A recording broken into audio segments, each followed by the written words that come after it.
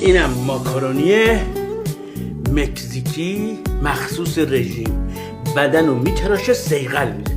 تو آقات مکزیکیه یا نه؟ والا هر دو در مکزیک تحصیل کردن.